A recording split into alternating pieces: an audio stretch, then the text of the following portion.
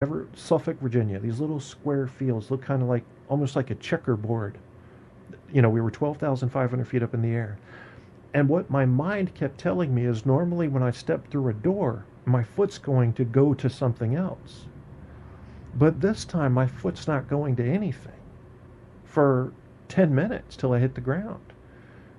And that would not compute. I could not compute that in my head.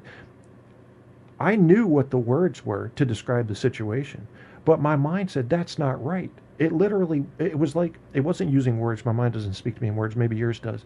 But it's more just like feelings. You get vibes. It was telling me, Kevin, there's a problem. There's a bunch of space between you and the ground. This isn't what I'm designed to do. I'm the body and brain. This does not fit our normal thing. What's going on here? It's like it didn't understand what I was doing in my conscious mind the 4 hours in class before the jump, and a couple hours afterwards as we waited for the other crowds to jump. It would not fucking compute. And when I finally jumped out of the plane, what I did for the first 15 seconds, which you're not supposed to do, is I stared at the ground. You're supposed to stare at the horizon to keep your balance, everything perfect. I stared at the ground because my brain, at that point, it took over. And it didn't say to me, but it transferred to me in my conscious thoughts, why aren't the squares getting bigger? I'm flying toward the Earth at 125 miles an hour. Well, after a few seconds anyway. Why aren't the squares getting really big? That's what my mind told me they should do, but they were just staying small. Because it takes a pretty good while in that frame of mind when everything's moving in super slow motion to fall a mile, which is how far you jump at 12,500 feet. You open your parachute at 5,500 feet. So you fall over a mile before you even open your parachute. And finally, about 30 seconds into the jump, after the instructors got my attention again from staring at the ground, they tapped me on the stomach and showed me their altimeter, and I had to do my little practice routine. I did all that, and I'm looking at my altimeter, and I look down again, and I finally realized now the squares are getting bigger. So expectations, physics, your brain may not even groove with what it is you want to do, but you can obviously force yourself into action if you really want to do something, no matter how much sense it doesn't make. 3, did you set a SMART goal? SMART goals are, I'm not going to read this, they're using these little word tricks, so they're calling it specific, measurable, attainable, realistic, and time-bound. You can read that for yourself. 4, what's the worst that will happen if you keep going on and don't reach your goal? That is an awesome question. Often when I want to turn around, it's because I'm afraid of failing, afraid other people will be disappointed in me or judge me, or afraid I'll have wasted my time. In all reality, no one ever judges us like we judge ourselves, and we always grow and learn through the process of striving, regardless of what we attain. If you don't keep going, you'll never know how far you could have gone, and you'll miss out on being the person you become through the effort itself. If you keep going, well, it's like this quote, shoot for the moon, and even if you miss, you'll land among the stars, which is, aim high, yeah. 5, are you afraid of succeeding? I've been through this myself. I don't know if you guys been through this, but I've been through it. You just don't want to get too good at something because it comes with its own price. So here's something. One of my biggest problems is that I don't like responsibility. There are many things I like to do, but I resist because I don't want the power to impact, hurt, or disappoint other people. And I've been through that before. It's like, you just don't want to win at a game because everybody's going to hate you. This is why I always made a shitty boss. I didn't like the idea of telling people what to do and being in charge of firing and hiring. Didn't like it at all. That doesn't mean, he says, that I don't have dreams. It's just that I'm scared of what achieving them will entail.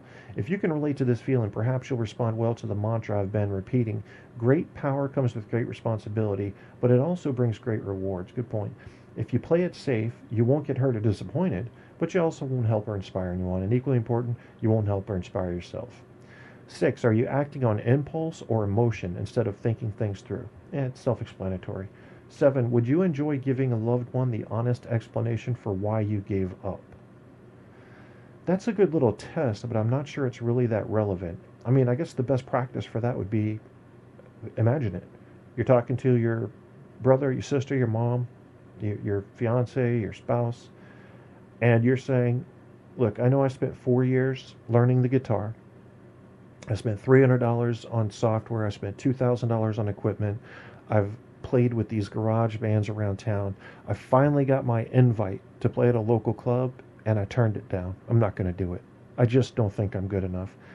Would you be able to tell that to someone in your family and not feel such a sense of shame that you just couldn't live with yourself? That's a good question. 8, would your life be better if you gave up on this goal? This is where they start getting real. Because you know what? You hear you can be anything you want. It's not really true. Not everybody can be an astronaut. It's not realistic. Would your life be better if you gave up on this goal? This may not sound motivational, but sometimes giving up is actually a good thing. Perhaps you set a completely unrealistic goal and this pursuit is filling you with a constant set of inadequacy and anxiety. Or maybe the goal isn't even yours and your family's best interest. I'm sorry. Or maybe the goal isn't in you and your family's best interest, and it's better to get out before you invest too much time, and it's near impossible to walk away. You could easily use this as justification to delude yourself, so think about it carefully. Is the goal really a good thing when you weigh all the consequences of its fulfillment? 9, how much have you already put in? I think that's worth looking at. It's a concept studied in social psychology called the sunk cost principle. It indicates the more we've invested in something, the less likely we are to prematurely walk away. But I would not use that trick to trick yourself into sticking with something, because then you'll just end up wasting a shitload of money, and if you don't have the motivation, you're not going to finish it anyway. How invested are you? How much money and time have you devoted? How many sacrifices have you made? Are you really willing to chalk it all up as a loss because you're not feeling confident in your abilities? And last but not least, number 10, what would you tell someone else if they were in your shoes? This is a nice time to go into the observer effect and completely take judgment away from yourself the way you normally deliver it, and step outside yourself as a stranger and say, I'm looking at this person, I see what his goal is, what do I see? You might reveal something there that you can't reveal from inside the eye of the storm, and it's worth doing. If you don't want to do that, get somebody that you really trust, that knows you really well, to define for you what they think about you and your passion and goal. One of the exercises I heard on another video was go up to a friend or someone that's known you your whole life and ask them, when was I most alive? When did you see me the most alive, the most passionate? And have them answer for you. And if you do that to a few people, and you hear the same thing 3 or 4 times, well, there's your thing. Maybe it died off, but at least you would know if you're having trouble identifying what your true passions are. Stabby says, I'm derailing Kevin. No, you can derail. It's cool, Stab. We're just chilling now anyway. I'm derailing Kevin's chat. He's on a good tangent, even though I'm not that into it. Well, we can talk about whatever. What are you guys into? You guys want to, I have this, one of my abilities. I don't have many special abilities. I'm pretty average in most areas. I think I can write pretty decent when I get focused on it. I'm not a good radio host. Don't care. Still like talking. But one thing I am pretty good at is the raw psychology. Like getting into that shit people aren't really wanting to talk about. And that does help me write fiction when I get into the nasty parts. Because I can see, I've never heard a description of a crazy person that I didn't understand. Now that may just be a language skill, a comprehension skill, but I think it's just some people have the ability to understand various psychic conditions or psychiatric conditions. There's very rarely one I'll see and go, what the fuck was he thinking? And I think what fills in the gaps for me there is understanding what I've read about brain damage and what that can do. When you take any system, like your computer, if you take your computer system and you take a screwdriver and you chip away about half of the level 2 cache, you're going to have fucked up stuff happening. All right, it has to work together. There are very few optional components in a computer system that you're using. You got to have your hard drive or some sort of mass media. You got to have your processor. You got to have your graphics card or graphics chip. You got to have your level 1 and level 2 cache, which is essentially your fast memory. You have to have your RAM, which in your human analogy is going to be your conscious mind. You have to have your audio processor, whether that's a chip or a card. You have to have a cooling system, or your shit's going to overheat and bake. And that's both on top of the CPU, which is extremely hot running usually, and in the power supply and sometimes in the case. You might have 3 fans running in your computer. All of this stuff has to work together. You take out any one of these components, and it can affect the other components in one way or another.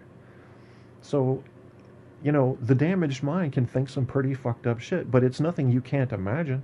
If you saw someone in the middle of the interstate on your way home from work counting their toes and painting their toenails pink, and they're in a white gown and they're sitting in the middle of the interstate on their ass in the road, you're going to say that's a crazy person. That person must have had a really tough childhood or been in a train accident, or maybe they were beaten to within an inch of their life by terrible robbers. These things come into your head because you've heard the stories already. So you can understand it without having gone through it. So which one of you fuckers is crazy? What happens over there? I'll bet you if RD saw a guy in the middle of the interstate painting his toenails pink, he'd be like, "Oh, what's up, Lewis? Haven't seen you in a while, bro. What's up? Yeah. You going with pink this week, are you? I was thinking, I like the teal you used, but the green doesn't look bad either, especially with that gown." Yeah, My new goal is coming up with a better language. I think we will continue to refine our language over time, RD, all of us. And there's going to end up being this global language, which all the conspiracy theorists say, "Oh my God, globalization. They're telling us which language to speak." Common sense. Yes, common sense is another way to... I don't believe in common sense, Apocalypse, because common sense has told us things over the millennia that were wrong. Common sense was the earth was flat. So the way I define common sense is not the way the definition or the dictionary does. The way I define common sense is a commonly held view, which to me, in my experience, is basically more strong by lack of evidence against than presence of evidence for. So I don't believe in common sense. I believe common sense could change with any new variables. So that's why when I hear people say things like, "Use your common sense," or "Wake up, America," I'm like, the world is an ever-changing place. The entire big-ass snake of knowledge is an ever-twisty-turny thing that may flip upside down and grow wings at any time. And you're telling me I ought to know this stuff that's universally known, So I don't know. I don't really buy the term common sense, but I know what you mean by it. Define passionate. That's a good question. Apocalypse says define passionate. Well, all right, what are you guys passionate about? What's your thing? All right, here's how you know what you're passionate about. I'll give you 2 tricks to know this. First, you wake up in the morning. First thing you probably think is, that was a weird fucking dream. Second thing you probably think is, I got to take a piss. And hopefully no one's looking because I got a big boner and I got to walk to the bathroom with that. Then you're going to think of numbers 3, 4, and 5. Maybe number 3 is coffee. Number 4 and 5, maybe 6. Those are the things that are important to you. So that's how you can discover what are the first few things you think about every day when you wake up. Whether you want to admit it or not, those things are important to you. That's a huge marker in my view. Second thing is, there is something that gets your heart up, your heart rate up, in a good way. And now I'm not talking about sex or any of the fundamentals. I'm talking about some kind of hobby or pursuit. Something that when you imagine doing it, you get a smile on your face, or you really feel a sense of elation, maybe a little rush of kind of a dopamine thing. That's your thing. That's what you're passionate about. It might be your sports team. I don't know. I mean, passion is pretty well defined. I think it is the Greeks that when they go to a funeral, they will ask the people around, if they didn't know the deceased, did he live with passion? That's their only question. It's a very common question at a funeral. And I think that's really interesting, because if you don't live with passion, then you really were just kind of dead weight. I mean, you might have created a couple offspring, and if there's a genetic component, then they don't live with any passion. I mean, what was the point if you couldn't find something that you loved besides sex and fucking spaghetti, honestly? However, having never had sex while eating spaghetti, I can't claim that I would understand the greatness of that, but it is worth a shot. I will not write it off as a possibility. Common sense is pretty clear, says Apocalypse, but if you let emotions get in the way, they get artificially distorted. Yes, I agree. I mean, I think we're emotional creatures, I've snapped quite a few times in my life emotionally, and I always regret it. It's kind of like drinking. I would say, I'm going to just put a number out here that I'm guessing, but I think it's pretty close. 90 or 95% of the things in my life that I would literally travel back in time to change if I could were done under the influence of alcohol. Seriously. I'd say maybe, I don't know why, I mean, I was young. I'd say probably 3 maybe 3 out of 10 times when I'd go out drinking, it would be a great night all the way through. It all